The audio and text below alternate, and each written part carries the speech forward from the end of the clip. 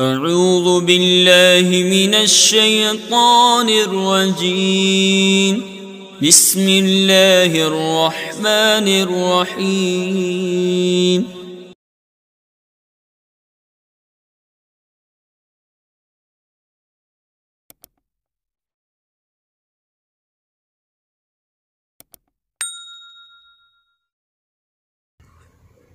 پریاگراج جماعت رابعہ کے بچوں سے مخاطب ہوں اور نور الانوار کا درس چل رہا ہے۔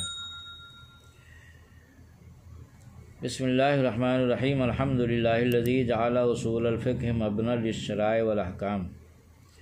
واساسا لعلم الحلال والحرام۔ اللہ کے نام سے شروع جو نہایت مہربان اور رحمت والا ہے۔ تمام خوبیاں اللہ کے لیے ہیں جس نے اصول فقہ کو شرائع اور احکام کی بنیاد قرار دیا اور حلال اور حرام کے علم کی اساس بنایا۔ قمر الاقمار عربی حاشیہ نور الانوار میں محشی فرماتے ہیں الاصول جمع اصل وهو لغتاً ما یبتنى علیہ غیرہ۔ اصول یہ اصل کی جمع ہے اور اصل لغتاً یعنی اصل کا لفظی معنی لغوی معنی یہ ہے کہ جس پر غیر کی بنیاد رکھی جائے، کا ابتناء السقف علی الجدار، جیسے چھت کی بنیاد دیوار پر رکھنا۔ وقد یقال الاصل علی الراجح، اور کبھی اصل کا اطلاق راجح پر ہوتا ہے، جیسے کہ کہا جاتا ہے کہ ان الاصل فی الاستعمال الحقیقہ، کہ استعمال میں اصل حقیقت ہے۔ تو یہاں اصل کا معنی راجح، یعنی کوئی لفظ استعمال کیا جائے جس کا حقیقی معنی بھی ہو اور مجازی معنی بھی ہو، اور مجازی معنی مراد لینے پر کوئی قرینہ اور دلیل نہ ہو، تو اصل یعنی راجح یہ ہے کہ حقیقی معنی مراد لیا جائے گا۔ تو معلوم ہے کہ اصل راجح کے معنی میں بھی استعمال ہوتا ہے۔ وعلی القاعدہ، اور اصل کو قاعدہ کے معنی میں بھی استعمال کرتے ہیں۔ اور قاعدہ کسے کہتے ہیں؟ تو محشی کہتے ہیں وہی قضیۃ کلیۃ منطبقۃ علی جمیع جزیات موضوعها لیتعرف احکامها منہ القاعدہ۔ قاعدہ کہتے ہیں اس قضیہ کلیہ کو جو اپنے موضوع کے تمام جزیات پر منطبق ہو، تاکہ اس کے احکام اس سے یعنی اس قاعدے سے جانے جائیں۔ کما یقال ان الفاعل مرفوع، جیسا کہ کہا جاتا ہے کہ قاعدہ یہ ہے کہ فاعل مرفوع ہے، اور اس کا اطلاق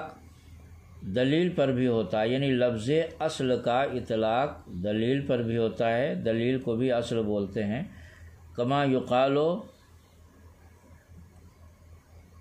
جیسے کہا جاتا ہے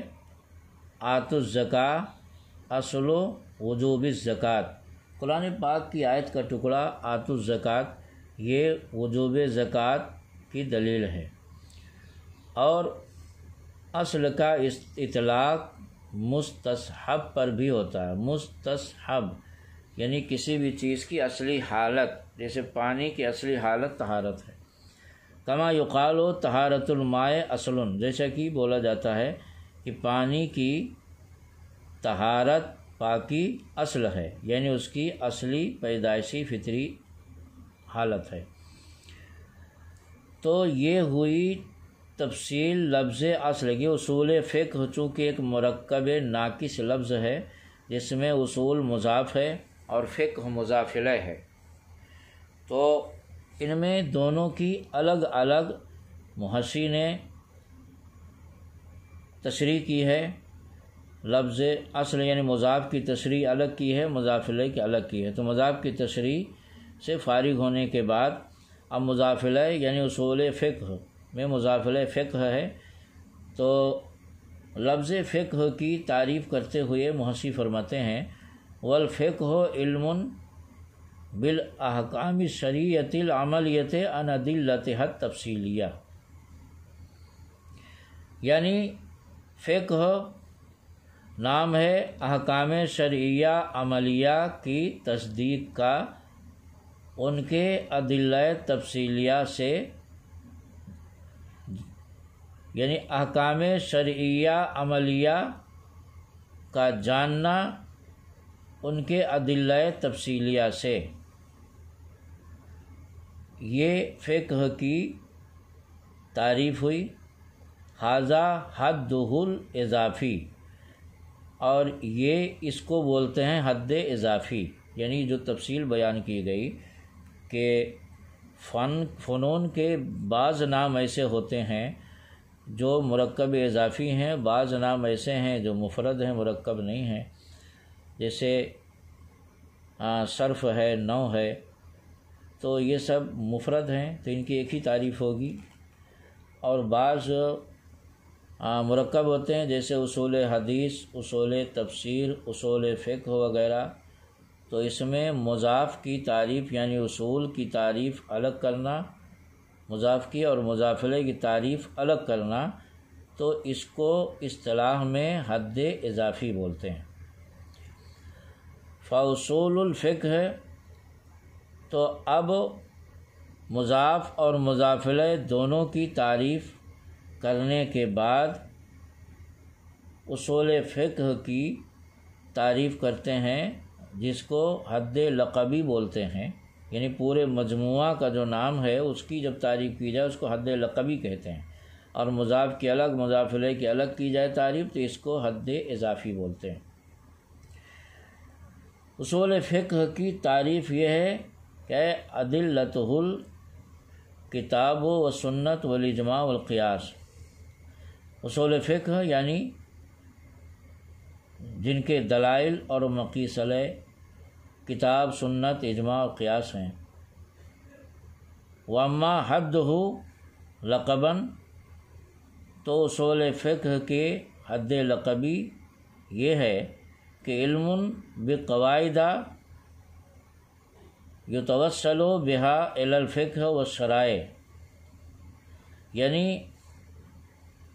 اس کے حد لقبی یہ ہے کہ اصول فقہ ان قوانین کے جاننے کا نام ہے جن کے ذریعے فقہ تک رسائی ہو، اور اس کے بعد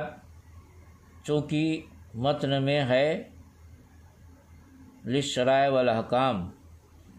تو شرائع اور احکام کی تشریح کرتے ہوئے فرماتے ہیں محشی والشرائع جمع شریعہ، شرائع کہتے ہیں یہ شریعت کی جمع ہے، اور شریعت کی تعریف کیا ہے، شریعت کا مفہوم کیا ہے، شریعت کسے کہتے ہیں، تو کہتے ہیں وہی طریقۃ المحمودۃ الموضوعۃ بالوضع الالہی، شریعت نام ہے اس اچھے طریقے کا جو اللہ تعالیٰ کی طرف سے وضع کیا گیا ہے، یعنی قانون الہی کا نام شریعت۔ والمراد المشروعات، اور مراد یہاں پر شرائع سے مشروعات ہیں، یعنی شرعی احکام، من العقائد والاحکام، وہ چاہے ایمانی مسائل ہوں، اعتقادی، اور چاہے عملی۔ اور اس کے بعد کا لفظ، شرائع کے بعد کا لفظ احکام ہے، تو اب احکام کی تشریح کرتے ہوئے فرماتے ہیں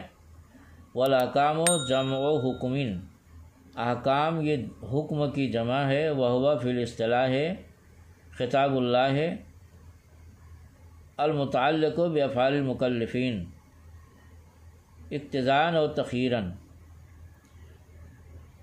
حکم نام ہے اصطلاح میں اللہ تعالیٰ کے اس خطاب کا جو مکلفین کے افعال سے متعلق ہو، اقتضاً ہو یا تخیراً۔ والحرمت غیرہا والمراد ہاں ہونا، وقد یطیق علی ما ثبت منہ کالوجوب والحرمت وغیرہا، اور والمراد ہاں ہونا، اور یہاں پر وجوب اور حرمت وغیرہ مراد ہے، یعنی احکام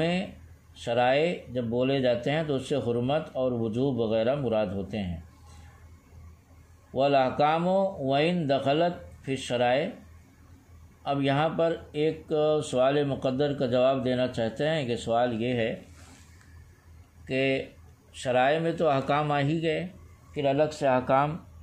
کا ذکر کرنے کی کیا ضرورت ہے؟ تو اس کا جواب دینا ہے کہ وَإِن دخلت فی الشرائع، اگرچہ احکام شرائع میں داخل ہیں، لیکنھا خصھا بذکر، اس کے بعد بھی اس کا ذکر خصوصیت کے ساتھ الگ سے کیا، اس کی کیا وجہ ہے؟ تو اس کا جواب شارح دیتے ہیں کہ للاعتناء بہا، اس کی اہمیت کی وجہ سے اس کا ذکر الگ سے ہوا۔ اس کے بعد لفظ ہے اساس، تو اس کی تشریح کرتے ہیں کہ اساس بالفتح بنیاد،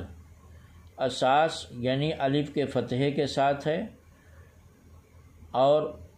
اساس کے معنی بنیاد کے ہوتے ہیں، قضا فی سراہ، جیسا کہ سراہ میں ہے۔